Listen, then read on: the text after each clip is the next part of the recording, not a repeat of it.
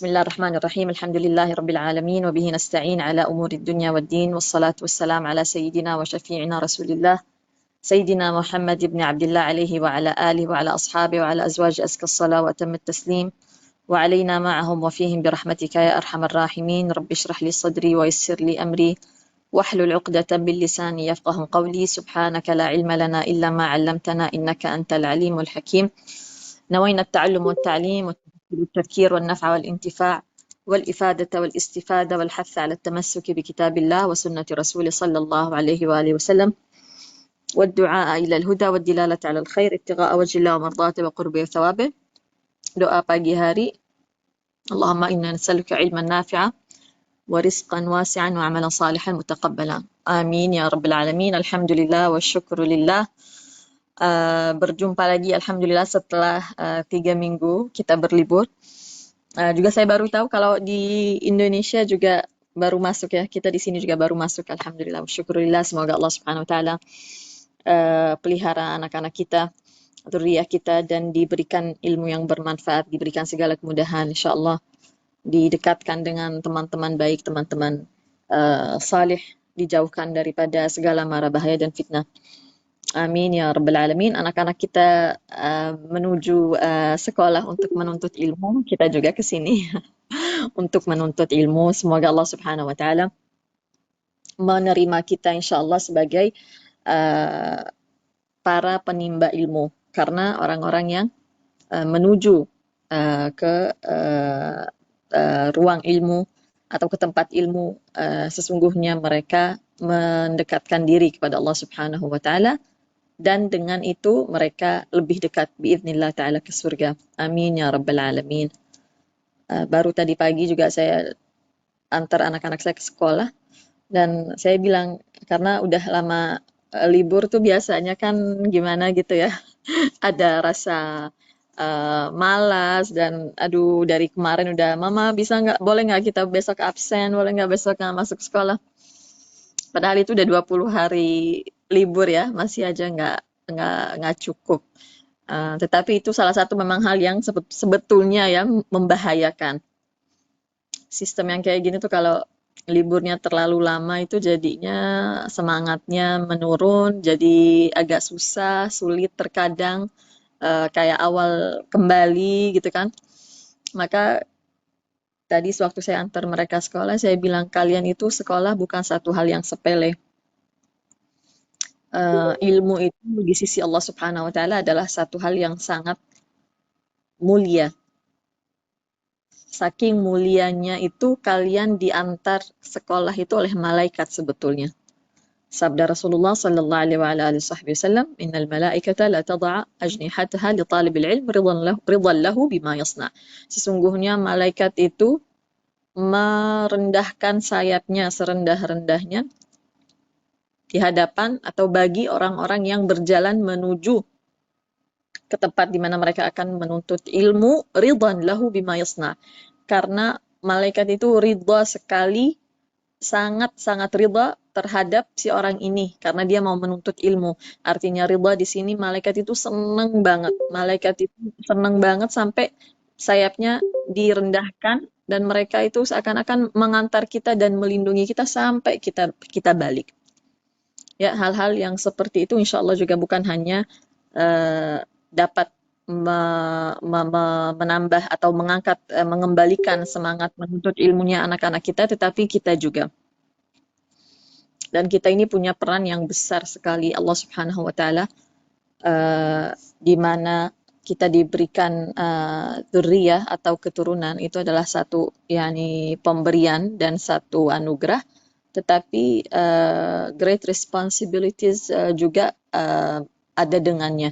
Dengannya kita diberikan keturunan itu, Allah Subhanahu wa taala memberikan kita responsibilitas untuk melindungi anak-anak ini, untuk selalu dapat yakni menuntun mereka dan mengguide mereka dan menunjukkan bagi mereka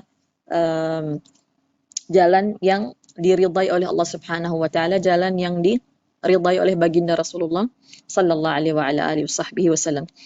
Jika kita ini menuntut ilmu insyaallah taala, artinya kita akan mempunyai pegangan, kita akan mempunyai senjata, dan insya Allah Ta'ala itu akan kita turunkan ke anak-anak kita yang mana adalah titipan daripada Allah Subhanahu wa Ta'ala dan akan dipertanyakan bagi kita oleh Allah Subhanahu wa Ta'ala bagaimana kita telah mendidik dan mengajarkan mereka. Terutama ilmu fiqih. Ilmu fiqih yang sekarang kita ini berjalan sudah berapa bulan di ilmu fiqih.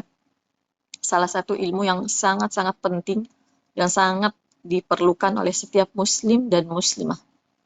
Kenapa? Dikarenakan ilmu fiqih itu adalah ilmu yang menunjukkan atau menjelaskan prakteknya ibadah. Ibadah itu gimana sih dijalankannya? Nah, itu ada di ilmu fiqih. Salat itu gimana sih? Ada di ilmu fiqih. Puasa yang benar tuh gimana sih? Ada di ilmu fiqih. Ngeluarin zakat caranya gimana sih? Ada di ilmu fiqih. Mau umrah insya Allah. Umrah tuh gimana manasik? Ada di ilmu fiqih. Insya Allah mau haji. Gimana manasik haji? Ada di ilmu fiqih. Mau jual beli, mau buka bisnis, mau merilis bisnis. Gimana sih halal haramnya? Ada di ilmu fiqih. Ilmu fiqih adalah salah satu hal yang kita tidak bisa lepas daripadanya. Dan alhamdulillah wa syukurillah yang memberikan kita ilmu yang bermanfaat, sehat walafiat, alhamdulillah akal sehat, itu nikmat-nikmat yang luar biasa, tidak akan dapat kita bersyukur secukup-cukupnya ke hadirat Allah Subhanahu wa Ta'ala atas nikmat kita diberikan masa, alhamdulillah kita ada koneksi, kita ada media yang menyatukan kita dan mengumpulkan kita di sini, alhamdulillah wa syukurillah. Kita mempunyai ilmu yang telah temurunkan oleh para ulama dan para salihin daripada baginda Rasulullah sallallahu alaihi wasallam. Itu adalah nikmat-nikmat yang luar biasa. Kita punya sehat afiat, alhamdulillah, dapat hadir dan mendengarkan dan memahami, alhamdulillah wa syukurillah. Hanya Allah Subhanahu wa Ta'ala yang membuka pintu itu dan memudahkan jalannya kita ke sana. Itu adalah pure Allah Subhanahu wa Ta'ala taufiknya. Dan kita mohon kepada Allah Subhanahu wa Ta'ala, taufik ini insyaallah Ta'ala selalu ada bersama kita biiznillah Ta'ala, tidak terlepas kita daripada hidayah, kita tidak terlepas daripada taufik, tidak terlepas daripada mempunyai akal sehat, kita tidak terlepas daripada insyaallah selalu dalam keadaan sehat walafiat. Amin ya rabbal alamin. Jazakumullah khair untuk panitia yang memudahkan dan mengumpulkan kita di sini. Semoga Allah Subhanahu wa Ta'ala mencurahkan rahmatnya kepada kalian dan memberikan imbalan yang lebih daripada apa yang kalian harapkan. Amin ya rabbal alamin. Juga jazakumullah khair untuk ibu-ibu hadirat sekalian yang sangat saya hormati dan sangat saya sayangi, yang selalu hadir di sini ataupun yang pertama kali hadir di sini. Ahlan wa sahlan, selamat datang dan bergabung. Semoga Allah Subhanahu wa Ta'ala juga menjadikan amal ini amal yang memberatkan timbangan kita semua di hari akhir dan mengaruniakan kita ilmu yang bermanfaat dan mengkaruniakan pada kita taufik sehingga kita mengamalkan ilmu yang kita dengar. Karena hanya belajar dan hanya tahu dan hanya faham itu tidak cukup. Yang kita harapkan lebih daripada itu, yaitu yang kita harapkan Allah Subhanahu wa Ta'ala memberikan kita kemudahan agar yang kita pelajari kita amalkan. Sayyidina Ali bin Abi Thalib radhiyallahu anhu wa arda wa karamallahu wajhah, sepupu daripada baginda Rasulullah sallallahu alaihi wasallam, Sayyidina Ali, sahabat Ali bin Abi Thalib, dan adalah menantunya juga. Beliau mengatakan ilmu itu kalau tidak dipraktekkan dia akan hilang. Dan ilmu itu wajib dizakatkan. Bagaimana zakatnya? Katanya dengan dibagikan. Jadi bukan hanya menuntut ilmu, bukan hanya mendengar, bukan hanya faham, bukan hanya tahu, sekedar tahu, asal tahu. Bukan itu yang kita harapkan, bukan itu puncak harapan kita. Harapan kita biiznillah ta'ala, Allah Subhanahu wa Ta'ala memberikan kita ilmu yang bermanfaat dan memberikan kita taufik, yaitu kemudahan. Taufik itu kemudahan untuk kita dapat mempraktekannya. Di situ biiznillah ta'ala kita akan menjadi wanita-wanita muslimah salihah yang diridai oleh Allah Subhanahu wa Ta'ala dan Rasulullah sallallahu alaihi wasallam, dan biiznillah kita menjadi wanita-wanita calon ahli surga. Amin ya rabbal alamin. Karena menuntut ilmu itu sendiri adalah kita berjalan menuju ke pintu surga. Semakin kita belajar, semakin kita dekat dengan pintu surga. Semakin kita berjalan, semakin dimudahkan oleh Allah Subhanahu wa taala kita ke surga. Jadi insyaallah taala kita menjadi wanita-wanita calon ahli surga. Amin ya rabbal alamin. Terima kasih jazakumullah khair atas kehadiran kalian semua. Terutama untuk Ibu Farida Al-Haddad, Ibu Duta Besar daripada Duta Besar Indonesia di Abu Dhabi atau di UAE. Selamat datang dan bergabung. Semoga Ibu Farida, Bapak Hussein selalu dalam keadaan sehat walafiat. Amin ya rabbal alamin. Dimudahkan menimba amanah ini insyaallah taala, diberikan kekuatan dan kemudahan.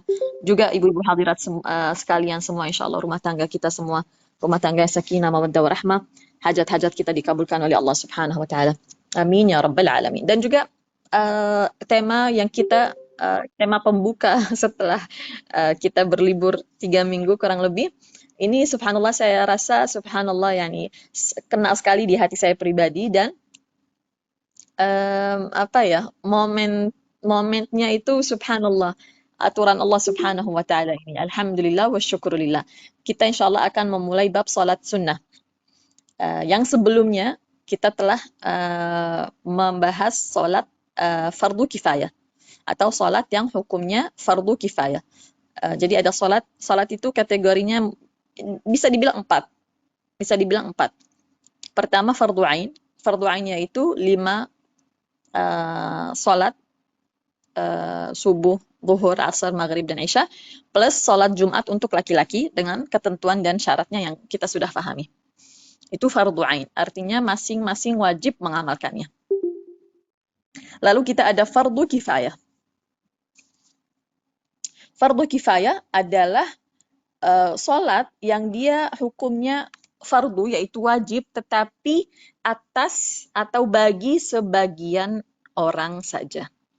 Sebagian orang itu tidak ditentukan dia siapa, dia fulan atau fulanah atau orang mana, orang Indonesia atau orang Arab atau orang Barat, itu tidak ditentukan. Tetapi fardu kifayah adalah salat yang cukup diamalkan oleh sebagian orang. Dia hukumnya wajib, tapi wajibnya itu cukup sebagian orang saja mengamalkannya sehingga yang lain tidak wajib melakukannya. Artinya sudah dicukupi. Dan itu arti kata kifayah sebetulnya ibu-ibu hadirat sekalian. Arti kata kifayah itu cukup atau mencukupi atau dicukupi. Jadi kalau ada janazah, waktu itu kita membahas salat janazah, salah satunya adalah salat janazah yang hukumnya fardu kifayah itu. Salat janazah itu Allahumma shalli ala sayyidina Muhammad, kalau ada janazah ya dan ada 100 orang di sekitarannya. Salat janazah ini hukumnya apa? Mensalatkan si mayit ini hukumnya fardu kifayah. Wajib, tetapi wajib yang dapat dicukupi oleh sebagian orang saja. Jadi ada 100 orang misalnya di sekitaran si janazah yang meninggal ini atau orang yang meninggal ini. Yang wajib menjalankan salat janazah itu hanya sebagian. Sebagian itu katakanlah 1 orang. Kalau 1 orang itu sudah berdiri dan dia menjalankan salat janazah terhadap si mayit ini, maka 99 orang sisanya itu tidak diwajibkan apa-apa. Tapi kalau 100 orang itu, didengarkan baik-baik, 100 orang, 1 pun tidak ada yang menjalankan salat jenazah. Sampai si mayit itu dikubur, maka 100 dan sampai pokoknya seterusnya nggak ada yang menyolati mayit ini, maka 100 orang itu semuanya berdosa. Sementara kalau ada 2, 3, 4 saja di antara 100 itu menjalankan sholat janazah, maka sudah sah dan sudah tercukupi. Artinya si 90 plus sisanya itu sudah tidak perlu lagi menjalankan sholat janazah karena sudah cukup oleh beberapa orang yang telah menjalankannya. Juga sholat berjamaah hukumnya fardu kifayah, sholat berjamaah. Kalau ada 100 orang di satu perkampungan atau di satu kawasan, ada 100 orang, tidak pernah menjalankan sholat jamaah, tidak pernah didirikan sholat itu berjamaah, selalu sholatnya itu sendiri-sendiri 100-100-nya, maka semuanya berdosa. Tetapi kalau ada 3 aja, atau waktu itu kita bilang minimal sholat jamaah itu ada 2, imam dan makmum 1, itu sudah namanya sholat jamaah dan sudah sah. Ada 1 kelompok yang menjalankan sholat jamaah, mereka aja terus itu, yang setiap hari selama bertahun-tahun yang sholat jamaah itu mereka aja. Katakanlah ada 5 orang, 95 orang sisanya itu nggak pernah sholat jamaah, maka sudah cukup. Karena itu namanya fardu kifayah. Tapi 100-100-nya ini nggak ada yang pernah menjalankan sholat berjamaah, maka semuanya berdosa. Hari ini subhanallah, kenapa saya bilang sangat menarik kita memulai kajian setelah berlibur dan kembali membahas insyaallah ta'ala dan ingin mendalami ilmu fiqih. Dan subhanallah kita dapat bab sholat sunnah. Ya, karena sholat sunnah ini seperti pemanasan. Memang sholat sunnah itu memang Allah subhanahu wa ta'ala mensyariatkannya itu untuk menjadi satu hal yang bentuknya mengangkat semangat dan pemanasan. Persis seperti kalau orang tuh mau olahraga yang berat, tapi sebelumnya dia ada olahraga ringan dulu, ini dulu, itu dulu. Itu semuanya adalah pemanasan sebelum dia masuk ke sesuatu yang lebih berat dan yang lebih utama dan yang lebih asasi atau yang lebih lazim. Ya, ini sholat sunnah. Kita juga insya Allah Ta'ala menjadi lebih semangat, ya, seperti diberikan pemanasan. Sebelum kita menyambut biiznillah bulan suci Ramadan. Bulan suci Ramadan sudah semakin dekat. Insya Allah kita semua sehat walafiat, panjang umur, dan diberikan oleh Allah Subhanahu wa Ta'ala taqwa dan taufik dan kekuatan zahir dan batin, ya, menghadapi hawa nafsu kita, menghadapi syaitan yang membisiki kita, menghadapi fitnah-fitnah dunia, menghadapi segala macam cobaan, ya, insya Allah kita diberikan kekuatan zahir dan batin. Dan diberikan kita taufik tentunya untuk menjalankan ibadah puasa di bulan Ramadan dan tarawih di bulan Ramadan dan khatam Al-Quran di bulan Ramadan dengan sebaik-baiknya. Amin ya Rabbal Alamin. Jadi kita semakin dekat pada bulan Ramadan, kita mau semangat kita ini kembali lagi membara, menyambut bulan suci yang adalah hadiah dan pemberian daripada Allah Subhanahu wa Ta'ala khusus untuk umatnya Rasulullah sallallahu alaihi wasallam. Khusus untuk umat Rasulullah ini diberikan, Masya Allah, Tabarakallah, hadiah daripada Allah Subhanahu wa Ta'ala, yaitu bulan Ramadan. Dan yang ajaibnya lagi, setelah bab sholat sunnah ini selesai, bab sholat sunnah ini mungkin akan memerlukan 2 atau 3 pertemuan. Subhanallah, setelah bab sholat sunnah itu kita akan memasuki babus saum. Di buku Ar-Risalatul Jami'ah itu kita akan memasuki bab mengenai puasa. Masya Allah, tabarakallah. Dan ini bukan sekali 2 kali, ya, ibu-ibu yang sudah lama bergabung di sini, subhanallah, berkali-kali, sering kali kita itu sebelum bulan Ramadan, 1 bulan, 2 bulan sebelum bulan Ramadan itu, pas buku fikihnya itu pas di bab puasa. Alhamdulillah wa syukurillah. Semoga itu pertanda baik dan kemudahan daripada Allah Subhanahu wa Ta'ala. Jadi setelah kita selesai sholat sunnah ini seperti pemanasan, insya Allah nanti kita akan memasuki bab puasa, sehingga puasa kita biidnillahi ta'ala full dengan sunnah, dengan kebaikan, dengan amal ibadah yang bermacam ragam. Oke, sekali lagi tadi sholat itu ada 4 kategori. Yang pertama adalah fardu ain, yang kita sudah tahu. Lalu fardu kifayah, lalu sholat sunnah, lalu dapat dikatakan yang kategori yang keempat atau yang keempat itu adalah nafil mutlak. Nafil mutlak. Nafil mutlak ini adalah sholat yang tidak ada sebabnya dan tidak ada waktunya. Ya, tidak ada sebabnya, tidak ada waktunya. Jadi saya lagi duduk, lagi ada waktu senggang, alhamdulillah sehat, alhamdulillah ada semangat, nggak ada kesibukan apapun, ya, yang menyita waktu saya, maka sholat aja deh, mau sholat 2 rakaat, lepas itu mau doa atau mau baca Al-Quran misalnya 2-3 halaman. Ini sholat yang namanya nafil mutlak, sholat yang mutlak. Mutlak itu, kata mutlak itu dari bahasa Arab. Mutlak itu artinya terbuka, artinya bebas, bisa dibilang bebas, terbuka, ya, tidak ada syarat dan ketentuannya. Ini bukan sholat duha yang ada waktunya yang sudah ditetapkan dan jumlah rakaat yang sudah ditetapkan. Ini bukan sholat witir, yang sudah ditetapkan waktunya dan jumlah rakaatnya. Ini bukan sholat istikharah, karena saya nggak lagi ada satu hal yang ingin diminta petunjuknya oleh Allah Subhanahu Wa Taala. Ini bukan juga sholat sunnah rawatib, karena tidak berkaitan dengan sholat fardu.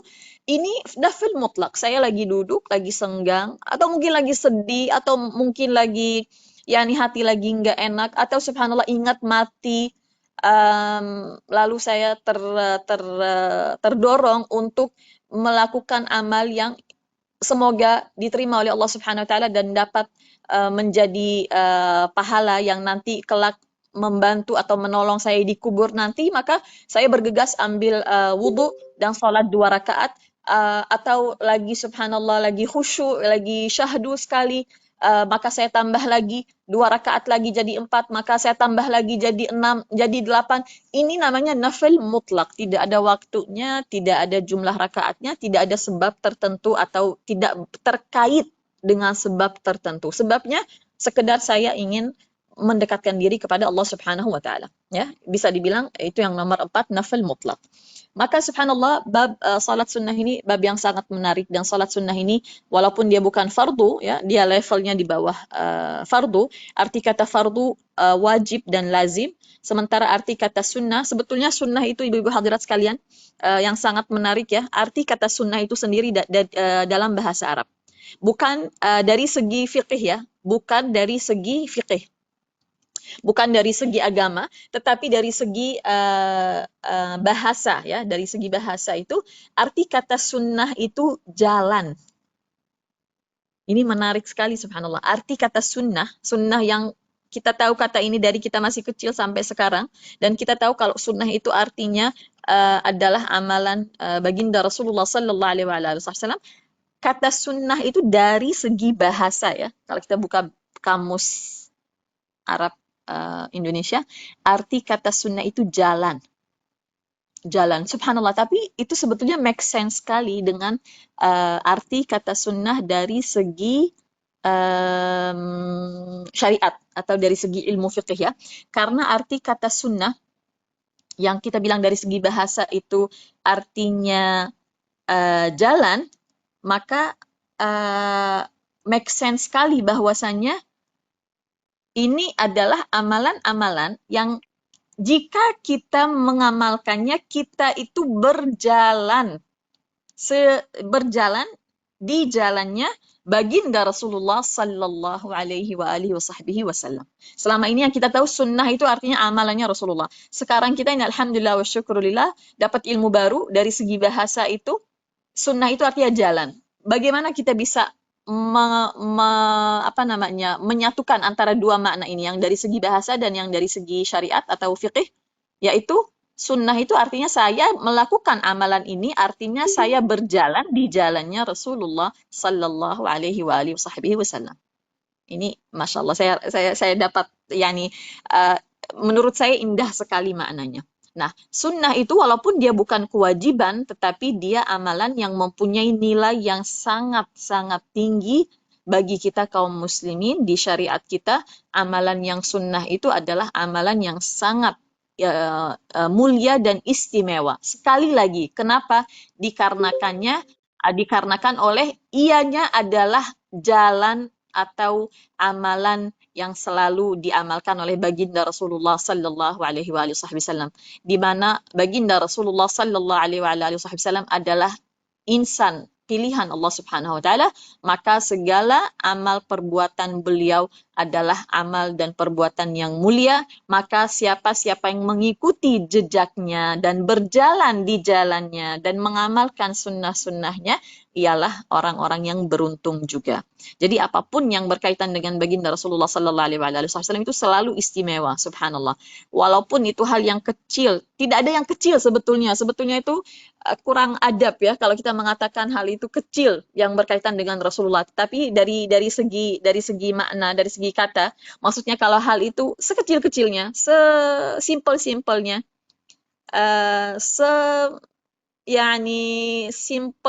sesimpel memakai baju mulai dari sisi kanan misalnya, memakai sepatu mulai dari sisi kanan, melepasnya mulai dari sisi kiri. Sesimpel itu, tetapi kita mengamalkannya karena ini adalah sunnahnya Rasulullah, maka itu adalah amalan yang sangat-sangat istimewa di sisi Allah Subhanahu wa Ta'ala. Allah Subhanahu wa Ta'ala bersabda, berfirman di dalam hadis qudsi, Allah Subhanahu wa taala berfirman, "Wa ma taqarraba ilayya 'abdi bi syai'in ahabba ilayya mimma aftaradtuhu 'alaihi." Tidaklah seorang hambaku mendekatkan dirinya kepadaku dengan maksudnya yang terbaik yang diamalkan oleh hambaku untuk mendekatkan dirinya kepadaku adalah dengan dianya mengamalkan apa-apa yang telah aku fardukan. Itu yang paling disenangi oleh Allah Subhanahu wa Ta'ala. Dalam upaya kita mendekatkan diri kita kepada Allah Subhanahu wa Ta'ala, maka mulai dengan nomor satu fardu daripada sholat 5 waktu. Daripada untuk perempuan tambahannya menutup aurat, daripada melakukan puasa di dalam bulan Ramadan, daripada melaksanakan haji jika dia mampu dan syarat dan ketentuannya semuanya ada. Itu katanya Allah Subhanahu wa taala, firman Allah Subhanahu wa taala, "Wa ma taqarraba ilayya 'abdi bi syai' ahabba ilayya." Yang paling aku senangi daripada hambaku, jika ia benar-benar ingin mendekatkan dirinya kepadaku, yang paling aku senangi adalah ia mengamalkan apa-apa yang telah aku fardukan. Ini nomor satu. Lalu di hadis yang sama masih diteruskan, Allah Subhanahu wa taala berfirman, "Wa la yazalu 'abdi yataqarrabu ilayya bin nawafil hatta uhibbah." Dan jika si hamba ini telah menjalankan apa-apa yang difardukan oleh Allah Subhanahu wa taala. "Wa la yazalu 'abdi yataqarrabu ilayya." Katanya Allah Subhanahu wa taala, dan hambaku ini masih terus berupaya mendekatkan dirinya kepadaku dengan ia mengamalkan sunnah-sunnahnya Rasulullah sallallahu alaihi wasallam sampai sehingga aku menyayanginya. Artinya yang paling Allah Subhanahu wa taala minta dan senangi daripada hambanya adalah mengamalkan yang fardu, itu nomor satu. Setelah itu, alhamdulillah, dapat menambahkan daripada kebaikan, silahkan menambahkan daripada amal-amal sunnah. Firman Allah Subhanahu wa taala, "Hatta uhibbah." Dan hambaku semakin mengamalkan amal-amalan sunnah sampai aku sayang kepadanya. Jika kita sudah disayang oleh Allah Subhanahu wa taala, kita nggak perlu apa-apa lagi dari insan manusia. Artinya conclusion daripada hadis qudsi ini, atau singkat kata daripada hadis qudsi ini adalah yang mengamalkan amal sunnah, apakah itu sholat sunnah. Memang hari ini pembahasan kita sholat sunnah, tetapi amal sunnah itu juga ada puasa sunnah, ada kan? Zakat itu kan wajib, yang sunnah itu sedekah. Jadi setiap amalan itu dapat dikatakan ada wajibnya, ada sunnahnya. Semakin kita mengamalkan amal-amalan sunnah, kita semakin disayang oleh Allah Subhanahu wa taala. Maka orang yang tidak mengamalkan amal sunnah sama sekali, gimana ya, harus kembali memikirkan hal ini. Kenapa dia jauh daripada yang sunnah. Sunnah itu adalah jalan atau kebiasaan atau rutinitas atau amalan yang digemari oleh baginda Rasulullah sallallahu alaihi wasallam. Amalan-amalan sunnah itu termasuk sholat sunnah adalah ibadah yang semakin kita amalkan, kita semakin disayangi oleh Allah Subhanahu wa taala. Semoga dari hari ini insyaallah taala tekad dan semangat kita dalam mengamalkan sholat sunnah biiznillah bertambah. Amin ya rabbal alamin. Juga di hadis lain Rasulullah sallallahu alaihi wasallam ada dialog dengan salah satu sahabat. Jadi sahabat ini datang dan mengatakan kepada baginda Rasulullah sallallahu alaihi wasallam, "Ya Rasulullah, inni as'aluka murafaqataka fil jannah." Wahai Rasulullah, aku meminta kepadamu, ya, aku meminta kepada Allah Subhanahu wa taala, maksudnya aku memohon kepada Allah Subhanahu wa taala agar aku bersamamu di surga kelak nanti. Siapa sih yang enggak mau bersama Rasulullah di surga, kita juga semua. Sebetulnya sahabat ini berbicara atas nama kita semua umat Islam, ya enggak? Kita kepengen dengan Rasulullah sallallahu alaihi wasallam di surga nanti. Ya Rasulullah, inni as'aluka murafaqataka fil jannah. Aku kepengen sekali dekat denganmu di surga. Gimana nih caranya? Rasulullah, maksudnya si sahabat ini sebetulnya boleh jadi beliau itu sekedar meminta doa, maksudnya doakan, karena doa Rasulullah itu kan mustajab, ya. Short way, ya, jalan pintasnya itu minta doa sama Rasulullah, karena doa beliau itu mustajab, gitu kan. Nah, tapi Rasulullah Sallallahu Alaihi Wasallam mendoakan dan memberikan ilmu sekaligus, ya, jangan hanya mengandalkan doa, tapi Rasulullah itu memberikan arahan dan beliau mengatakan, a'inni ala nafsika bikathratis sujud. A'inni ala nafsika bikathratis sujud. Bantulah aku, maksudnya dalam upaya engkau dapat menjadi dekat denganku di surga nanti, kamu juga harus ada effort, kamu juga harus menunjukkan upaya, kamu juga harus ada usaha. Oke, dari sisiku, dari sisi Rasulullah, gampang didoain, doa Rasulullah langsung mustajab. Tetapi aku perlu bantuanmu, kata Rasulullah. Kamu itu juga harus berusaha, kamu harus ada effort juga. Apa itu? A'inni ala nafsika bikathratis sujud. Perbanyaklah sujud. Apa itu arti kata perbanyak sujud? Perbanyaklah sujud. Itu bukan berarti dikit-dikit kita sujud, bukan seperti itu. Sujud itu yang dimaksudkan di sini oleh baginda Rasulullah sallallahu alaihi wasallam adalah salat. Artinya sabda Rasulullah, perbanyaklah salat. Perbanyaklah salat. Ulama mengatakan yang dimaksud di sini adalah salat sunnah. Jika engkau semakin banyak mengamalkan salat di dalam salat itu kan ada sujud, maka di situ akan semakin dekat dengan baginda Rasulullah sallallahu alaihi wasallam di surga nanti. Amin ya rabbal alamin. Semoga kita dikaruniakan taufik sehingga kita dapat menjadi wanita-wanita insyaallah salihah muslimah yang memperbanyak sujud, yaitu memperbanyak salat sunnah.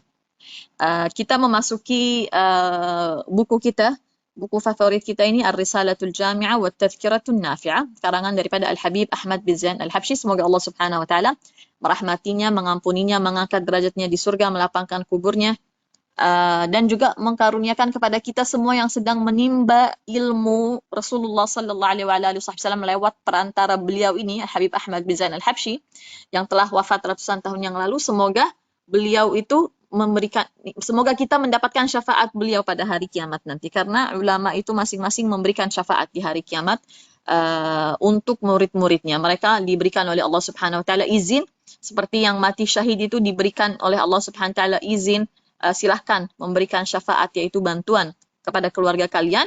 Para ulama diberikan oleh Allah Subhanahu wa taala izin untuk memberikan bantuan di hari kiamat nanti untuk anak-anak murid mereka, dan insya Allah ta'ala kita termasuk daripada anak-anak murid mereka biiznillah ta'ala, karena kita telah mengambil ilmu ini dengan sanad dan silsilah atau rantai yang tersambung sampai ke beliau. Pengarang buku ini dari beliau itu ilmunya bersambung kepada baginda Rasulullah sallallahu alaihi wasallam. Amin ya rabbal alamin. Beliau mengatakan as-salawatul masnunah. Ini bab di dalam kitab Ar-Risalatul Jami'ah, bab salat sunnah. Nah, dan beliau mengatakan bismillahirrahmanirrahim,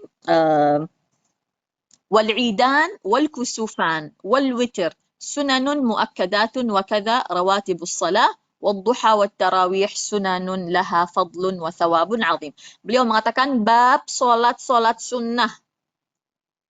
Lalu beliau menjelaskan, tentunya kitab ini seperti yang kita sudah ketahui sebelumnya, kitab ini adalah buku fiqih yang sangat ringkas dan kecil. Oke, jadi tidak diberikan penjelasan yang luas di sini. Di sini hanya garis-garis besar. Insya Allah Taala kita dengan kajian di sini kita menggali daripada ringkasan-ringkasan yang ada di buku ini. Wal idan, beliau memulai dengan salat sunnah itu macamnya apa? Di antaranya katanya wal idan, salat Id, salat 2 lebaran. Wal kusufan, dan salat gerhana matahari dan bulan, 2 gerhana matahari dan bulan. Wal witr, dan salat witir adalah sunanun muakkadat, sunnah-sunnah yang ditekankan, sunnah-sunnah yang ditekankan. Memangnya ada sunnah yang nggak ditekankan? Ada. Jadi ada sunnah muakkadah, sunnah yang ditekankan atau yang sangat dimintakan.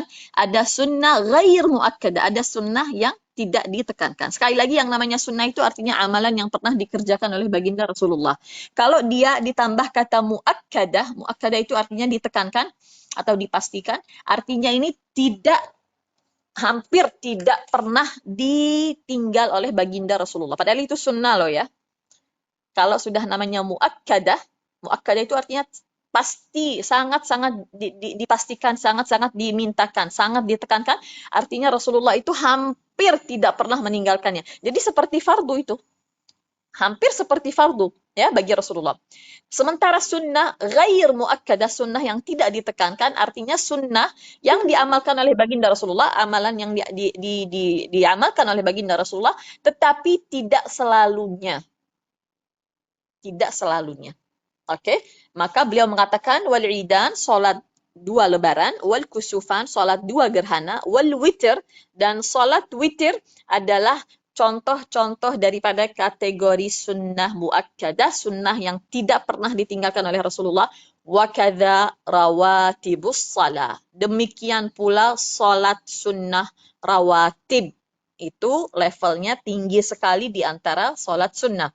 Lalu wadduha wat tarawih, sementara salat duha dan salat tarawih adalah sunanun laha fadlun wa thawabun azim.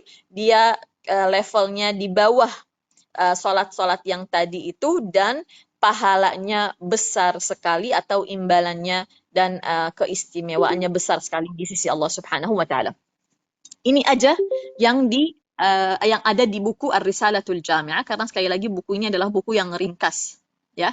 Di buku ini hanya disebutkan bisa dibilang 5 atau 6 macam daripada sholat sunnah, sementara kita insyaallah taala nanti akan menjelaskannya dengan detail sebisa mungkin insyaallah, karena sholat sunnah itu banyak sekali macamnya, banyak sekali. Nanti insyaallah kalau semakin kita mengetahuinya akan mungkin yakni sebagian di antara kita akan terkejut. Oh, ada ini sholat sunnah ini, oh ada sholat sunnah itu. Yang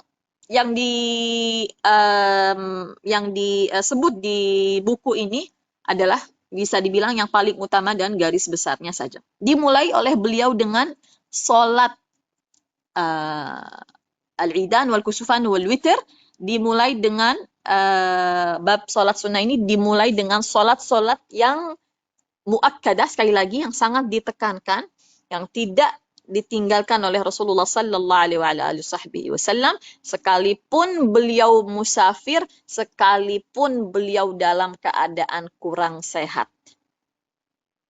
Dan ini insyaallah taala pelajaran bagi kita ya, agar kita pun mendawamkan daripada sholat-sholat yang disebut di sini. Dimulai oleh Al-Habib Ahmad bin Zain Al-Habsyi, sang pengarang buku ini, kalau kita perhatikan dimulai itu oleh atau dimulai dengan sholat sunnah yang dianjurkan padanya berjamaah.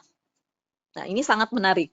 Jadi beliau itu memulai dengan al-id, sholat 2 lebaran, al-kusufan, sholat 2 gerhana, lalu sholat witir.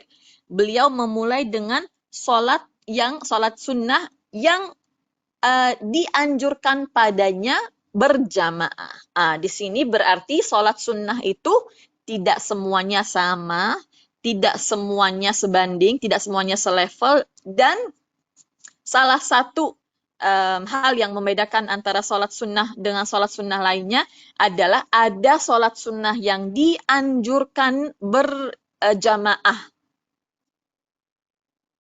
Ada sholat sunnah yang tidak dianjurkan berjamaah padanya.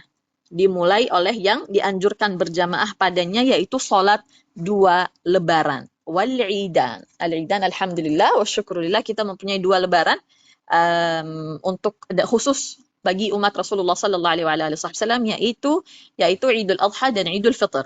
Idul Adha, Id yang bertepatan dengan hari ke-10 daripada bulan Dzulhijjah. yang datangnya setelah amalan haji artinya, dan kita mempunyai Idul Fitr yaitu yang datangnya atau bertepatan dengan 1 Syawal yaitu setelah ibadah puasa. Jadi ada satu setelah ibadah puasa, ada satu lebaran setelah ibadah puasa, satu lebaran setelah ibadah haji. Yang mana yang lebih mulia, yang lebih utama? Yang mana? Yang Al-Idul Adha.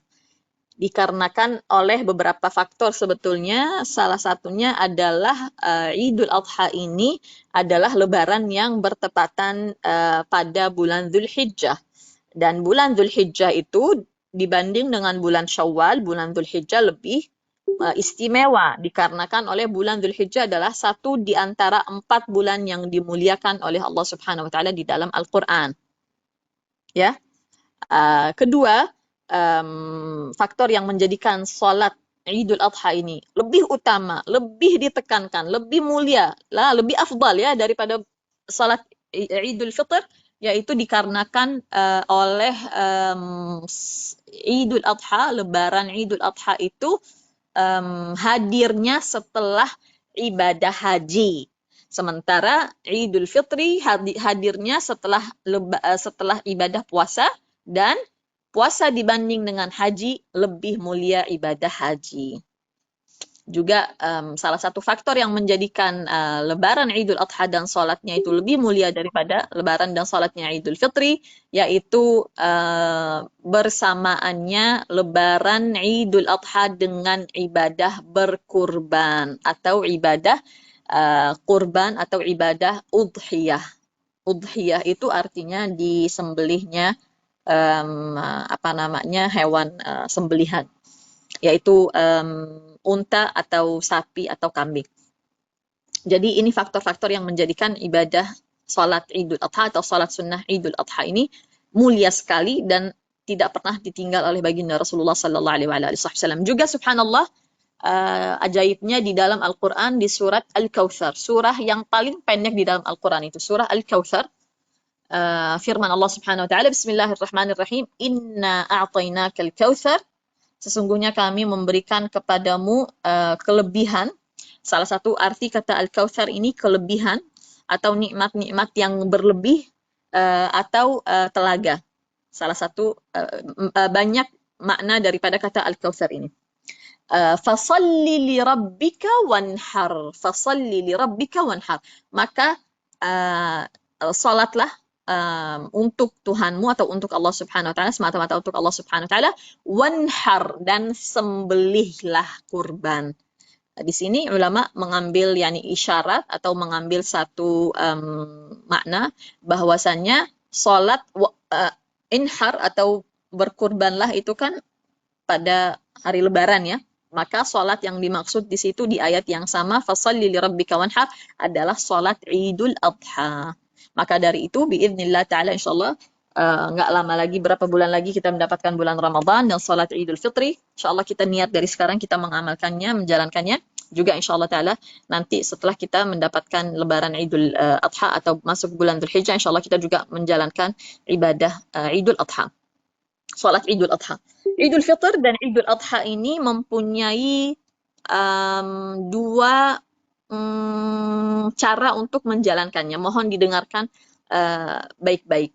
Salat sunnah, ada sebagian salat sunnah itu yang bentuknya dan prakteknya itu berbeda dengan salat biasanya atau dengan salat pada umumnya. Ya, nanti kita juga akan memasuki salat dua gerhana. Itu berbeda sekali dengan salat-salat biasa. Ya, begitupun salat Id atau salat Lebaran. Bedanya adalah salat Idul Adha dan Idul Fitri itu adanya takbir yang berulang-ulang pada rakaat pertama dan pada rakaat yang kedua. Dan ini bukan satu hal yang biasanya kita amalkan di salat-salat selain salat Lebaran atau selain salat Id. Ya, di salat Idul Adha dan Idul Fitri ini ada perbedaannya, itu berulang-ulangnya takbir di rakaat pertama dan di rakaat kedua. Bagaimana mempraktekkan atau menjalankan sholat Id dengan sebaik-baiknya? Sekali lagi, ilmu fiqh itu adalah ilmu yang menjawab soal-soal ibadah secara praktek ya. Sholat Id itu dijalankan dengan di rakaat pertama kita membaca atau menyebut takbir Allahu Akbar 7 kali di rakaat pertama dan 5 kali di rakaat yang kedua. 7 kali di rakaat pertama, 5 kali di rakaat yang kedua. Ini tidak termasuk takbiratul ihram. Ini mohon dicatat dan difahami baik-baik. Karena banyak sekali yang suka nanya, suka keliru, suka ini mengenai takbir yang di salat Id. Takbir di sini 7 kali takbir di rakaat pertama, 5 kali takbir di rakaat kedua, ini tidak termasuk takbiratul ihram. Oke, dan disunnahkan setelah sholat Id adanya khutbah. Khutbahnya itu sunnah ya. Berbeda dengan khutbah yang mendahului sholat Jumat itu hukumnya wajib. Sholat Jumat itu didahului dengan 2 khutbah, itu hukumnya wajib. Sholat Idul Adha dan Idul Fitri setelahnya disunnahkan, dianjurkan untuk adanya khutbah. Kenapa? Karena umat Islam sedang berkumpul dalam momentum yang bahagia, mendapatkan kenikmatan daripada Allah Subhanahu wa taala, telah menyelesaikan puasa bulan Ramadan atau telah menyelesaikan manasik haji. Maka di sini momen yang sangat indah, yang sangat baik, ada persatuan umat Islam, mereka berkumpul ya dengan jumlah yang besar, sholat bersama-sama berjamaah, maka disunnahkan setelah itu adanya khutbah, adanya nasihat, adanya wasiat, adanya mau'izah hasanah, adanya doa ya untuk agar kita selalu bersatu umat Islam ini, maka itu disunnahkan. Tetapi khutbah yang mendahului sholat Jumat hukumnya wajib, berbeda lagi ya. Bagaimana sekarang kita mempraktekkan sholat Id? Pertama-tama tentunya kita niat seperti biasa, lalu mengucapkan takbiratul ihram, Allahu Akbar. Takbiratul ihram ini artinya takbir di mana kita itu pertandanya sudah memasuki sholat. Takbiratul ihram itu yang menandakan kita ini sudah masuk ke dalam sholat. Artinya udah nggak boleh ngobrol lagi, udah nggak boleh makan, nggak boleh minum, tidak boleh lain sebagainya. Kita tahu hal-hal yang membatalkan sholat. Oke? Pertama takbiratul ihram, Allahu Akbar. Setelah itu disunnahkan, dianjurkan untuk membaca doa iftitah. Doa iftitah ya. Lalu setelah itu kita disunnahkan mengucapkan takbir 7 kali. Ini di rakaat pertama, takbir 7 kali. Disunnahkan antara takbir dan takbir berikutnya kita mengucapkan subhanallah walhamdulillah wala ilaha illallah wallahu akbar, cukup di dalam hati saja. Disunnahkan kita mengangkat suara kita dalam takbir yang 7 kali itu, angkat suaranya. Jika kita berjamaah, disunnahkan untuk kita mengangkat suara walaupun kita adalah makmum. Jadi ada imam, dia bertakbir kan 7 kali, Allahu Akbar, dengan suara yang terdengar. Disunnahkan para jamaah, para makmum juga mengangkat suaranya dalam bertakbir, Allahu Akbar. Seperti sebagaimana kita dianjurkan dan disunnahkan untuk mengangkat suara pada sholat di mana kita mengucapkan amin setelah surat Al-Fatihah, juga itu disunnahkan untuk kita mengangkat suara kita atau sehingga suara kita terdengar walaupun kita adalah makmum ya. Sekalipun kita adalah makmum, imamnya akan mengucapkan waladhdallin amin, kita pun mengucapkan amin dengan suara yang terdengar. Begitupun takbir di dalam salat Id. Lalu setelah itu kita membaca surat Al-Fatihah seperti biasa dan membaca surah pendek seperti biasanya. Lalu ruku, berdiri seperti biasanya normal, kembali lagi berdiri sebelum membaca surah Al-Fatihah di rakaat kedua. Sebelum membaca surah Al-Fatihah hendaknya mengucapkan takbir atau Allahu Akbar sebanyak 5 kali. Allahu Akbar. Lalu makmum, jamaah di belakang juga mengucapkan Allahu Akbar dengan mengangkat suaranya. Antara takbir dan takbir berikutnya disunnahkan mengucapkan atau membaca subhanallah walhamdulillah wala ilaha illallah wallahu akbar, cukup di dalam hati saja. Itu sunnah. Oke, lalu setelah yang kelima, membaca Al-Fatihah, membaca surat pendek dan dijalankan sholatnya seperti biasa. Ini adalah cara yang terbaik dalam menjalankan sholat Id. Ini adalah cara yang adalah sunnahnya seperti ini. Lalu ibu-ibu akan mengatakan, loh memangnya ada cara lain? Memangnya ada cara lain menjalankan sholat Id? Memangnya bisa dengan cara selain ini? Selama ini yang saya tahu sholat Id ya seperti ini, takbir 7 kali di rakaat pertama, takbir 5 kali di rakaat yang kedua. Memangnya ada cara lain? Ada. Cara lain yaitu adalah menjalankan sholat Id, Idul Adha atau Idul Fitri, 2 rakaat seperti sholat subuh, seperti sholat biasa aja. Seperti sholat biasa, seperti sholat sunnah biasa. Oh memangnya boleh seperti itu? Boleh. Karena yang barusan itu, yang tadi yang kita jelaskan takbir dan ini itu adalah sunnahnya dan itu adalah afdalnya. Itu adalah cara terbaik dalam menjalankan sholat Id. Nah sekali lagi agama itu subhanallah penuh sekali dengan Allah subhanahu wa ta'ala memberikan kita kemudahan dan keringanan. Rasulullah sallallahu alaihi wasallam mensyariatkan sholat Id itu bentuknya seperti ini, tapi itu sunnahnya. Artinya kalau saya sholat Id, niatnya memang sholat Idul Adha atau sholat Idul Fitri, tetapi sholatnya seperti 2 rakaat sunnah biasa. Hukumnya apa? Hukumnya sah. Yang penting waktunya itu aja, waktunya setelah tentunya terbitnya matahari, ditunggu bisa sampai setengah jam baru mulai sholat, demi menunggu orang-orang yang hendak atau telah keluar untuk membagikan zakat fitrahnya agar mereka itu mempunyai kesempatan untuk sholat berjamaah dengan imam. Ini salah satu bentuk daripada sholat Id. Sebetulnya ada satu cara lain yang sah juga dalam menjalankan sholat Id loh. Ibu-ibu jadi tambah takjub ini. Loh, emang sholat Id bisa bagaimana lagi? Sholat Id itu dapat dijalankannya munfarid. Munfarid itu artinya sendiri, tidak berjamaah. Loh, akhirnya ibu-ibu kaget. Yang benar ini. Sholat Id itu yang kita tahu dari kita dari kita pertama kali hadir sholat Id itu dari kita masih anak-anak sampai sekarang nggak pernah nggak berjamaah. Memangnya sah? Sah.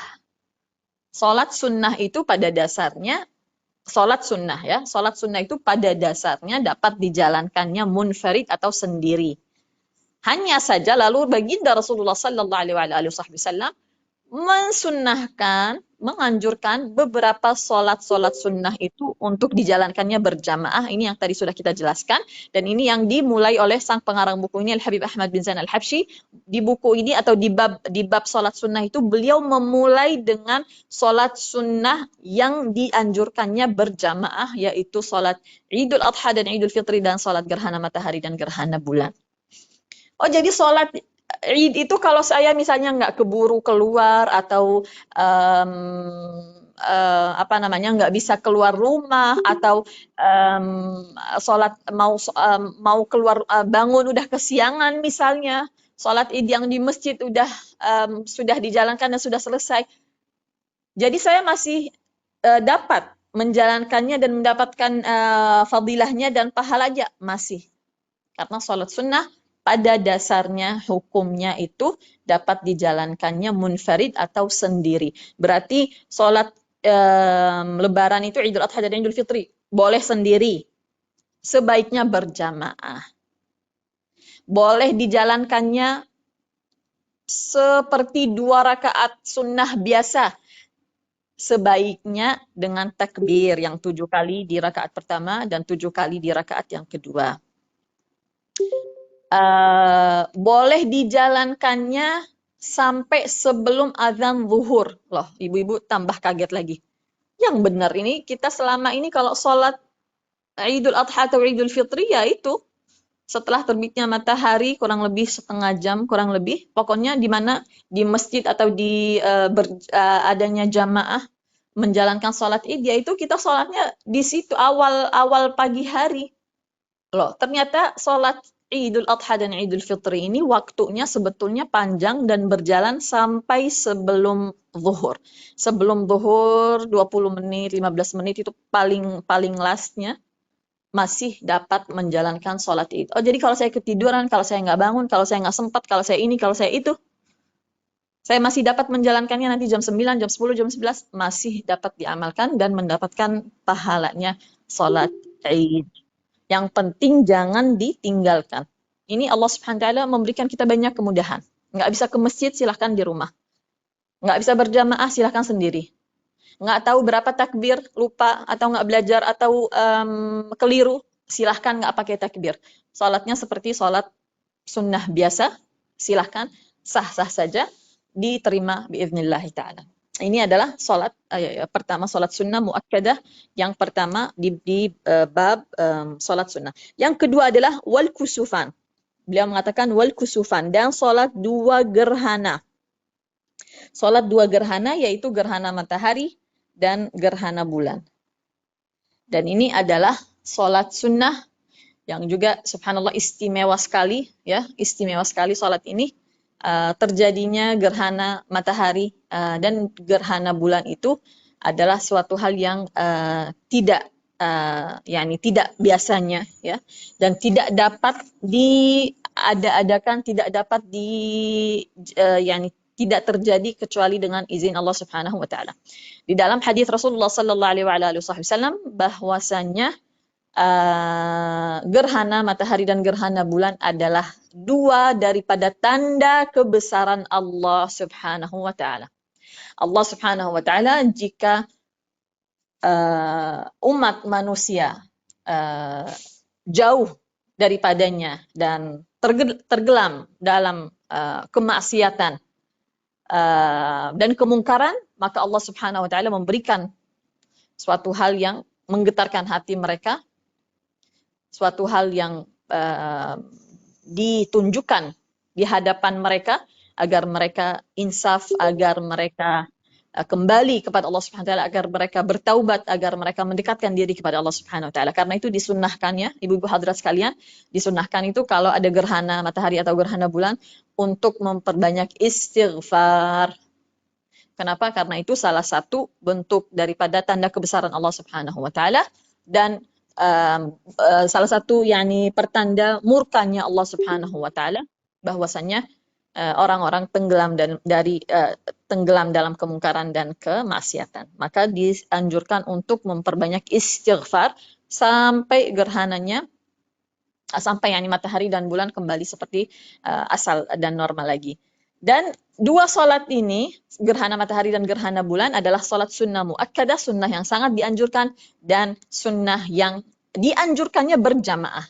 Sah-sah saja kalau dijalankannya sendiri seperti sholat Id, tetapi lebih baiknya berjamaah. Kenapa? Karena seperti tadi itu sholat Id, subhanallah, dia adalah momen bahagia, ya, momen yang dimana umat Islam semuanya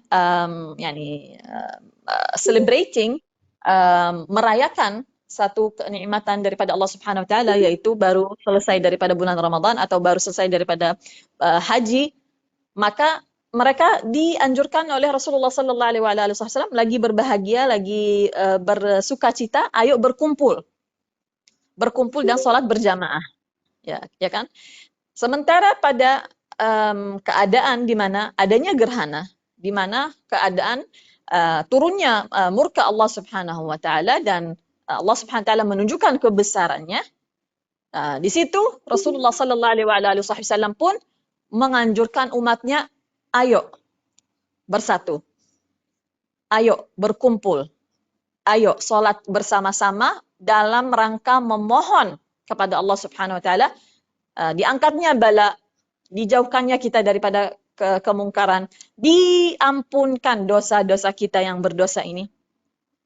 Dan kita bersatu, kita berkumpul semata-mata untuk Allah Subhanahu wa taala, dan kita memperbanyak istighfar, berzikir bersama-sama agar Allah Subhanahu wa taala sudi kembali kepada kita, agar Allah Subhanahu wa taala ridha kembali kepada kita. Ini indah sekali, subhanallah.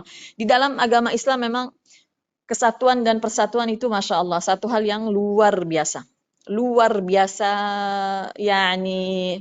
dimintakan, dan memang adalah salah satu nilai yang sangat-sangat tinggi. Jadi kalau ada sukacita, berkumpul. Kalau ada satu hal yang dimana kita takut kepada Allah Subhanahu wa taala, takut kepada siksa dan murka, ayo berkumpul. Ngumpulnya ngapain? Salat dan beristighfar bersama-sama. Salat dan beristighfar bersama-sama. Dan ini adalah salat yang juga berbeda dengan salat-salat lainnya dari segi prakteknya. Salat al-kusuf dapat dijalankan atau ada 3 cara untuk menjalankan atau mengamalkan salat kusuf atau khusuf, yaitu salat gerhana matahari atau gerhana bulan. Ini mohon didengarkan dengan baik-baik, tentunya ilmu itu mesti dicatat ya, agar terjaga, dan nanti kalau kita ada lupa atau ada keliru, kita kembali lagi membacanya, oh alhamdulillah ini ada penjelasannya, ini ada catatannya. Terutama sholat yang seperti sholat kusuf dan khusuf ini, sholat 2 gerhana ini memang karena dia agak aneh dan berbeda daripada sholat-sholat lainnya. Nah, di sholat 2 gerhana, jumlah rakaatnya adalah 2, seperti sholat Idul Adha dan Idul Fitri, jumlah rakaatnya adalah 2 pada dasarnya. Ada 3 cara untuk menjalankan atau mengamalkan sholat 2 gerhana. Ada 3 cara ya. Ada 3 cara. Kita akan mulai daripada cara yang terbaik, yang terafdal, yang diamalkan selalu oleh baginda Rasulullah sallallahu alaihi wasallam.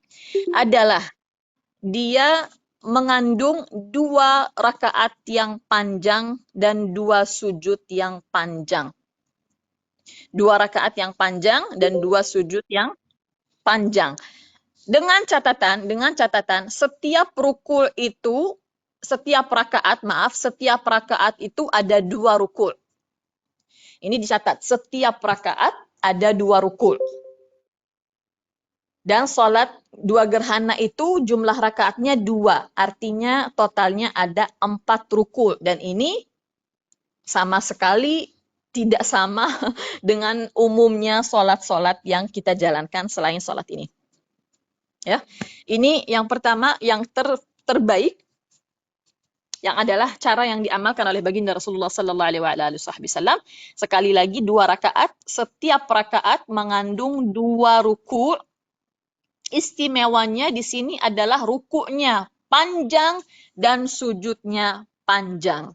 Oke, caranya gimana sekarang? Caranya gimana? Ini udah tahu garis besarnya. Sekarang kalau mau dipraktekkan itu seperti apa tuh? Sholat 2 gerhana. Tentunya pertama kita seperti sholat-sholat lainnya, kita akan niat sholat gerhana matahari atau bulan 2 rakaat lillahi ta'ala. Niat seperti biasa, lalu takbiratul ihram, Allahu Akbar. Ingin membaca doa iftitah, silahkan membaca doa iftitah. Lalu membaca tentunya surat Al-Fatihah dan setelah surah Al-Fatihah. Di sini tidak dikatakan surah pendek. Di sini salat satu-satunya yang nggak ada istilah surah pendek. Kenapa? Karena di sini dianjurkan membaca surah yang panjang. Jadi berdirinya panjang, lama, rukuknya pun lama. Oke, sujudnya pun lama. Di sini dianjurkan membaca setelah surah Al-Fatihah, surah panjang. Rasulullah sallallahu alaihi wasallam sewaktu menjalankan salat 2 gerhana ini membaca surah Al-Baqarah, surah Ali Imran, surah-surah yang panjang-panjang itu, bayangkan saja. Kenapa? Karena di sini memohon ampunan daripada Allah Subhanahu wa taala, memohon ridha daripada Allah Subhanahu wa taala, memohon Allah Subhanahu wa taala mengangkat murkanya dan tertolak bala dan musibah. Oke, jadi membaca surah Al-Fatihah lalu membaca surah panjang. Di sini nggak ada istilah surah pendek ya. Ini yang sunnah, sekali lagi. Ini cara yang terbaik. Oke, yang pertama adalah membaca surah Al-Fatihah, membaca surah panjang lalu ruku'. Ruku'nya itu panjang dan lama. Ya, ruku'nya itu panjang dan lama selama apa yang tadi dibaca di sewaktu berdiri itu. Jadi kalau berdirinya tadi setengah jam, rukuknya kurang lebih setengah jam juga, atau lebih pendek sedikit. Lalu ini sekarang rakaat yang pertama, oke? Bangun berdiri daripada rakaat itu, sami'allahu liman hamidah, rabbana walakal hamd.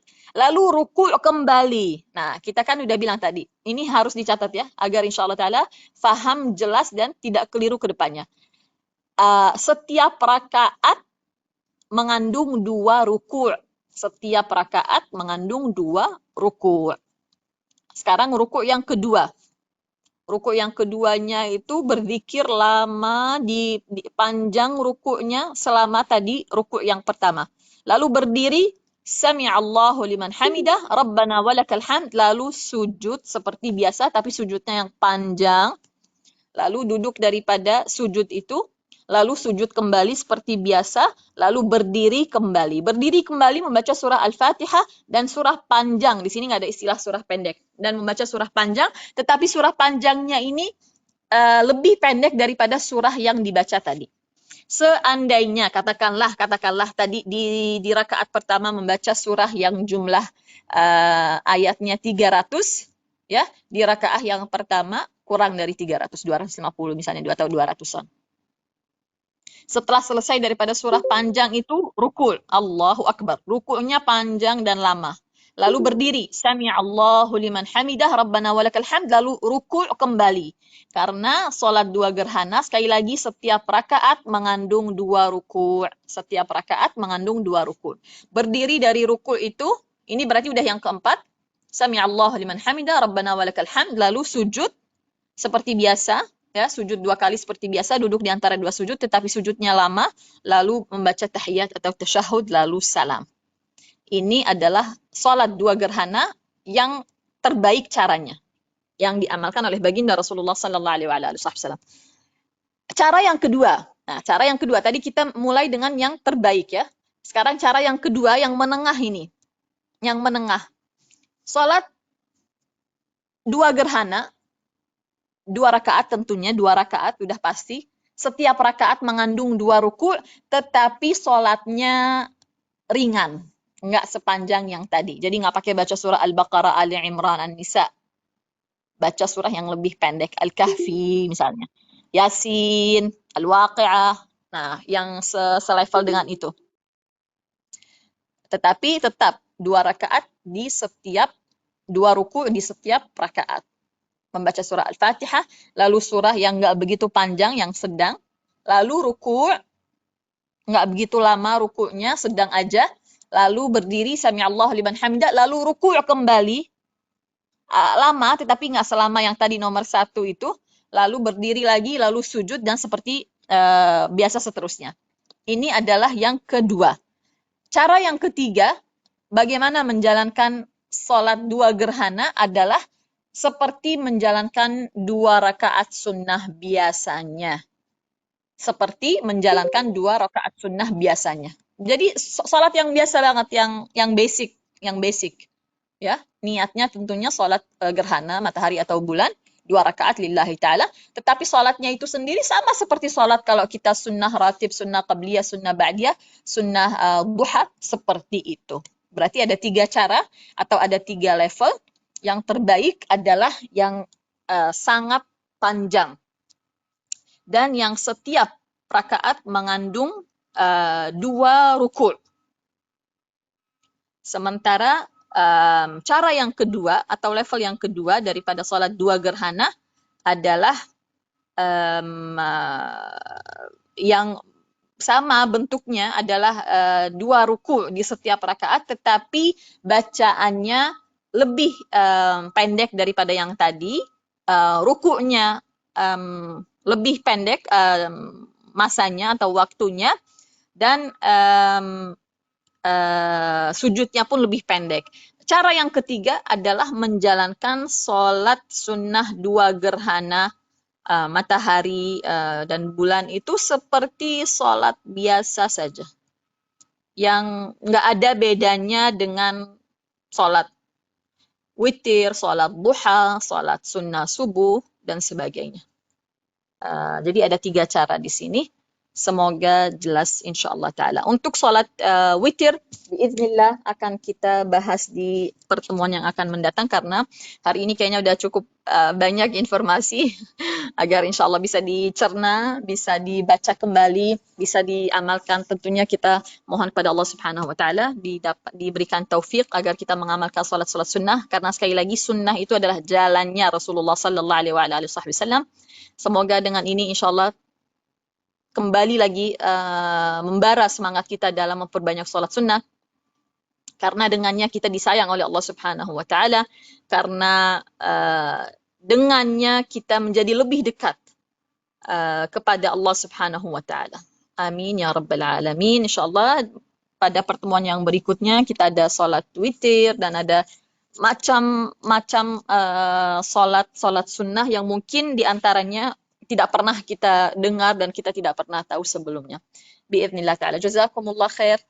Semoga Allah Subhanahu wa taala menjadikan ilmu ini ilmu yang bermanfaat dan kita diberikan kemudahan dan kekuatan untuk menjalankannya.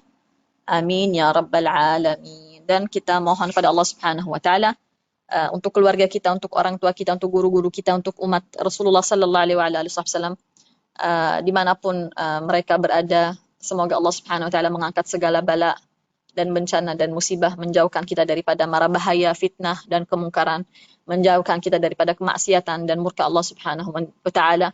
Amin ya rabbal alamin. Menurunkan rahmatnya, menurunkan pertolongannya kepada saudara-saudara kita yang sedang dalam keadaan kezaliman di Gaza, di Palestina umumnya, di bumi Allah Subhanahu wa taala secara keseluruhan.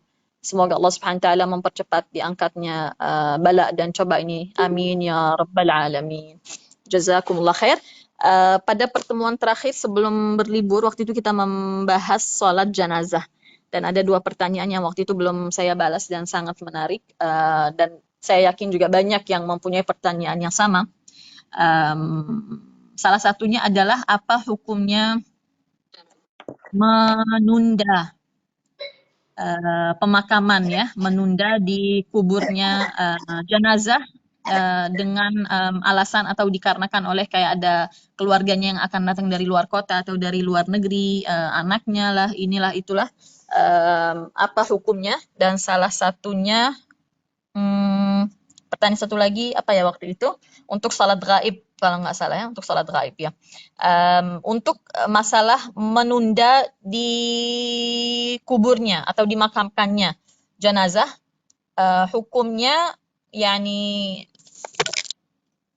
hukumnya boleh ya, tetapi sampai jangka waktu yang sekali lagi yang kita katakan waktu itu tidak sampai merendahkan daripada kemuliaan si mayit itu. Bagaimana kemuliaannya itu bisa menjadi rendah setelah dia wafat dengan kita tidak menguburnya sampai tercium bau bangkainya yang subhanallah adalah sebetulnya satu hal yang selalu pasti orang itu kalau dia masih hidup dia selalu ingin tercium baik dan apa namanya ingin pasti wanginya selalu harum gitu kan. Jadi jangan sampai kita malah mempermalukan si mayit ini. Boleh menunda pemakaman mayit, sekali lagi boleh hukumnya menunda pemakaman mayit ya, tetapi tidak sampai yang mana jenazahnya atau bau bangkainya tercium dan na'udzubillah atau sampai tubuhnya berubah setelah kematiannya itu. Oke? Ini yang pertama. Yang kedua waktu itu pertanyaannya, kita boleh mensolati para syahid yang wafat di Gaza misalnya seperti keadaan yang sedang berlaku ini dan apa atau sampai kapan bisa dijalankan sholatnya itu. Hukumnya tentunya kita dapat menjalankan sholat mayit dimanapun mereka itu wafat ya, itu namanya sholat gaib dan sholatnya itu dimulai dengan waktu sholat jenazah. Ibu-ibu yang mungkin waktu itu tidak hadir kajian terakhir itu, alhamdulillah wa syukurillah, sebetulnya sangat-sangat utama untuk umat Islam itu faham dan belajar ya, basicnya aja deh, cukup basicnya sholat jenazah itu ya, karena kita itu suatu hari akan menjadi jenazah juga. Insya Allah kalau kita sudah paham dan kita mensolati, membiasakan diri kita menjalankan sholat jenazah teruntuk saudara-saudara muslim kita, insya Allah besok kalau kita sudah jadi jenazah juga banyak yang mensolati kita, biidznillah. Untuk yang tidak hadir mungkin waktu itu, sholat jenazah itu ada yang apa namanya sholat gaib. Sholat gaib itu artinya jenazahnya ini nggak ada di hadapan kita.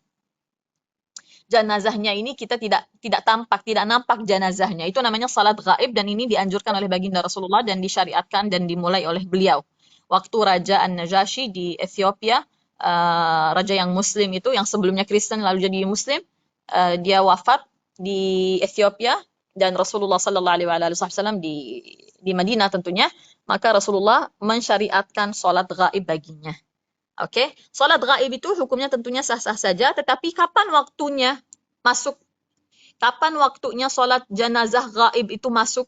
Kapan boleh saya dapat melakukan salat gaib itu? Jika mayit itu sudah dipastikan sudah dimandikan. Artinya dia sudah selesai itu dimandikan, sudah di ini. Oke. Di situ saya dapat menjalankan salat gaib. Apakah ada masa atau ada waktu atau ada batasan? Ya, batasan itu yakni kurang lebih 1 bulan, lebih kurang itu kita masih dapat menjalankan sholat gaib. Kurang lebih ya, kurang lebih 1 bulan lebih atau kurang sedikit kita masih dapat menjalankan sholat gaib. Ini untuk yang meninggal seperti yang waktu itu, karena di yang bertanya pertanyaan ini specifically menyebutkan para syahid atau para syuhada atau orang-orang yang meninggal di Gaza kemarin ini. Kan kita bilang masuk waktunya sholat jenazah itu jika mayit sudah dimandikan. Nah, mungkin ibu-ibu lalu ada yang bertanya, loh, yang meninggal di Gaza itu kan syahid. Tapi kan mereka itu dimandikan. Jadi gimana? Kenapa mereka dimandikan itu? Karena syahid itu banyak macam ragam, bermacam ragam yang namanya syahid. Syahid itu yang paling mulia adalah syahid yang meninggal di padang pertempuran. Ya, itu yang tidak dimandikan. Itu yang tidak dimandikan. Dia dibungkus gitu aja sama bajunya, sama darahnya, begitu aja, tidak boleh dimandikan, tidak boleh diapa-apakan. Dan darahnya itu akan harum lebih daripada harumnya misk pada hari kiamat nanti jika dia dibangkitkan. Dan kita nanti insya Allah di padang mahsyar itu bakalan tahu yang mana yang syahid, karena dia itu dibangkitkan itu masih darahnya masih segar, subhanallah, dan wangi sekali. Sementara yang meninggal di Gaza itu contohnya, mereka kenapa termasuk syahid itu? Karena orang yang meninggal dengan sebab oleh sebab ketiban atau tertiban, ya, atau terbakar, ya, itu termasuk syahid juga. Tetapi itu syahid yang levelnya berbeda dengan syahid yang tadi. Ini syahid yang dimandikan, dikafankan, seperti biasa, disolatkan, dan seperti umumnya yang kita tahu. Oke, jadi yang meninggal di Gaza itu syahid, tetapi mereka dimandikan. Karena mereka bukan yang kayak yang bertempur secara langsung dengan orang-orang kafir atau dengan orang yang musuh-musuh Allah Subhanahu wa taala dan umat Islam. Demikian 2 pertanyaan yang masih waktu itu belum dijawab, semoga bermanfaat insyaallah taala. Jazakumullah khair. Silakan Ibu Feni, ada pertanyaan hari ini atau? Ada. Alhamdulillahirrahmanirrahim. Jazakillah khair Ustazah Nur untuk ilmunya, kajian fikih kita kali ini mengenai sholat sunnah, dan kita baru saja membahas sholat sunnah Idul Fitri dan Idul Adha, dan juga sholat gerhana. Masya Allah ya, ternyata banyak sekali hal baru yang juga saya baru tahu. Ibu-ibu, jika ada pertanyaan, silahkan untuk menulis di kolom chat. Kami tunggu. Sementara sudah ada yang masuk, Ustazah. Pertanyaannya yaitu, kapan waktu sholat Id? Maksudnya awal dan batas akhirnya gitu, Ustazah. Batas awalnya untuk sholat Id itu setelah masuk waktunya ya. Masuk waktunya itu setelah terbitnya matahari kurang lebih setengah jam. Sementara sholat duha, sholat syuruk atau sholat isyraq, sholat terbitnya matahari itu setelah terbitnya matahari kurang lebih 15-16 menit. Bedanya di mana? Bedanya kenapa dipanjangkan waktunya, waktu mulainya sholat lebaran, untuk diberikan masa dan kelonggaran bagi para umat Islam yang sedang menjalankan atau menyalurkan atau membagikan zakat fitrahnya. Jadi sekali lagi, nanti insya Allah Ta'ala di pertemuan yang akan mendatang itu kita akan memasuki sholat syuruk atau yang dinamakan sholat isyraq. Boleh dibilang isyraq, boleh dibilang syuruk, sholat terbitnya matahari. Ada juga sholat duha, insya Allah nanti ada bersama kita. Sholat-sholat ini masuk waktunya itu setelah terbitnya matahari 16 menit kurang lebih. Setelah matahari terbit itu 16 menit. Oke? Sementara sholat Idul Adha, Idul Fitri, sebetulnya harusnya sama, tetapi dipanjangkan waktunya. Kenapa ditambah? Karena di situ kita ada sunnah, yaitu mengeluarkan zakat fitrah kita sebelum sholat. Agar semua dapat kesempatan, insya Allah Ta'ala, maka sholat Id dimulai setelah terbitnya matahari kurang lebih setengah jam. Sampai kapan? Sampai sebelum zuhur, kurang lebih 15 menit. Sebagian ulama mengatakan 15 menit, sebagian mengatakan 30 menit. Pokoknya bisa dibilang batas akhirnya 15 menit sebelum azan zuhur. Artinya sebetulnya kita punya waktu yang panjang ya. Kita punya waktu yang panjang. Dulu sebelum kita belajar, kalau udah ketinggalan sholat berjamaah di masjid, udah kita nggak sholat lagi. Kita nggak sholat lagi kan, karena kita pikir sholat Id itu wajib di masjid, wajib berjamaah, wajibnya di awal waktu gitu kan, di pagi hari. Ternyata sebetulnya lebih mudah daripada itu. Alhamdulillah wa syukurillah. Tetapi kita sebetulnya ya, ibu-ibu hadirat sekalian, patut bersyukur ya, alhamdulillah, kepada orang tua kita ya, kepada orang tua kita, kepada guru-guru kita, kepada komunitas kita juga, atas satu hal, yaitu kita itu dari sejak usia dini itu diajarkannya itu langsung yang terbaik. Diajarkannya itu langsung yang cara yang terbaik gitu kan. Jadi kita tuh kalau nggak belajar, kita nggak nyangka kalau sholat Id itu boleh dijalankan 2 rakaat biasa tanpa takbir yang 7 kali 5 kali itu. Dan kita nggak bakalan tahu bahwa sholat Id itu boleh nggak jamaah dan boleh di rumah dan boleh nanti-nanti gitu jam 9, jam 10, jam 11 ya nggak. Tapi kita alhamdulillah diajarkan itu sejak awal itu yang terbaik gitu. Nanti kalau kita belajar lebih dalam, baru tahu ternyata detailnya seperti ini. Jadi alhamdulillah wa syukurillah, kita berterima kasih pada orang tua kita. Semoga Allah SWT angkat derajat mereka di surga. Semoga amalan-amalan baik yang telah ditanamkan oleh mereka kepada kita, guru-guru kita, komunitas kita, semoga amalan itu semuanya menjadi amalan yang memberatkan timbangan mereka pada hari kiamat nanti. Tetapi sempurna dan indah sekali jika kita sudah mengamalkan yang terbaik, tapi alhamdulillah kita juga punya ilmunya. Sehingga kalau suatu hari kita dapat satu halangan, nggak bisa ke masjid, nggak bisa keluar, ketiduran, apalah alasannya itu, jangan sampai ya udah nggak bisa sholat gitu kan, sudah tidak sah untuk sholat lagi, ternyata masih sah, dapat dijalankan dengan cara yang lain, walaupun bukan cara yang terbaik, tetapi tetap dijalankan. Begitu. Ya, baik. Terima kasih Ustazah atas ilmunya. Syuruk itu artinya matahari terbit ya Ustazah ya? Iya, terbitnya matahari. Syuruk atau isyraq?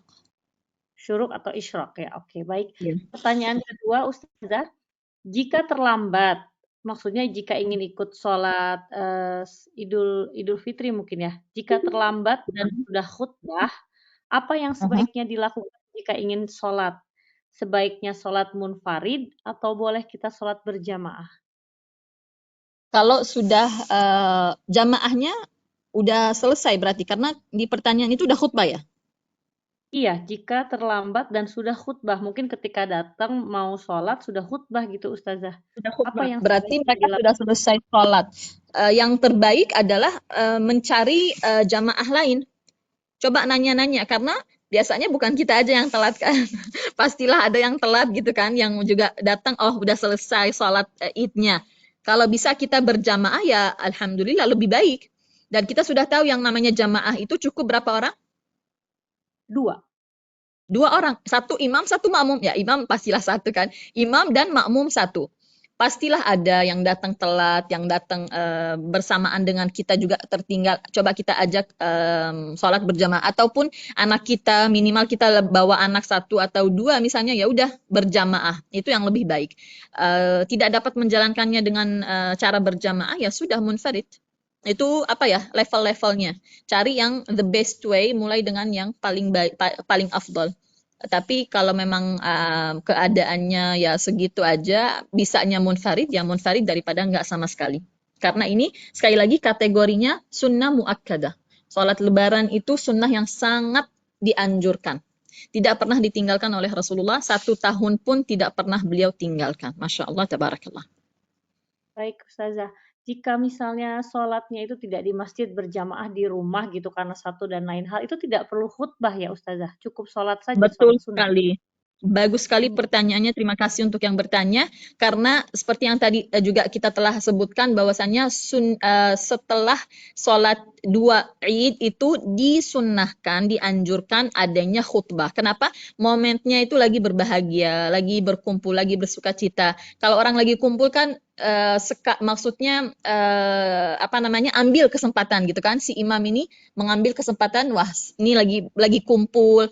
Khutbahnya juga nggak usah lama-lama, cukup 10 menit. Biasanya khutbah itu singkat, habis sholat Id 10 menit, 15 menit, ya untuk mengingatkan sesama Muslim bersyukur baru dapat nikmat bulan Ramadan dan sebagainya. Itu sunnah, itu sunnah. Sementara khutbah yang mendahului sholat Jumat itu wajib. Artinya jawaban dari pertanyaannya, kalau kita sholat sendiri karena satu hal atau lainnya, memang nggak masalah kalau nggak khutbah, karena khutbah pada dasarnya itu sunnah. Dan kalau kita sendiri juga mau khutbahin siapa? Kalau kita sholatnya Iya, sendiri, kita mau khutbahin siapa? Iya, iya, baik. Jelas Ustazah, terima kasih. Ini ada sama-sama. pertanyaan di kolom chat, tapi Mhm, pertanyaannya rupanya ke pertanyaan kajian sebelumnya. Assalamualaikum mhm. Ustazah, apa boleh wanita mengikuti Waalaikumsalam. sholat jenazah? Jazakallah khair. Waalaikumsalam warahmatullahi wabarakatuh. Boleh sekali dan dianjurkannya sama dengan dianjurkannya kepada kaum laki-laki. Bagaimana kaum laki-laki dianjurkan untuk menjalankan sholat jenazah, wanita pun sedemikian rupa. Dan ini juga yang yakni pernah umrah atau haji ya, pasti telah memerhatikan hal ini ya, bahwa di Masjidil Haram dan di Masjid Nabawi, karena dia adalah 2 masjid termulia di atas permukaan bumi ini, setiap sholat fardu itu pasti ada sholat jenazah.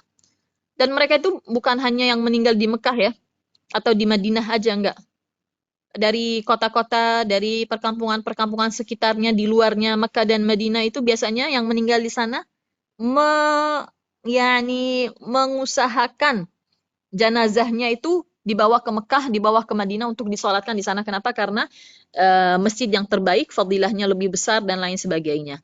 Jadi yang pernah haji dan umrah pasti takjub. Setiap sholat fardu itu ada sholat jenazah dan semua menjalankannya, laki-laki maupun perempuan. Ibu Rasi yang bertanya, dianjurkan dan dibolehkan untuk kaum wanita mengikuti sholat jenazah dan fadilahnya besar sekali. Baik, dari pertanyaan berikutnya, bolehkah kita satukan sholat duha, syukur sekalian? Syukron.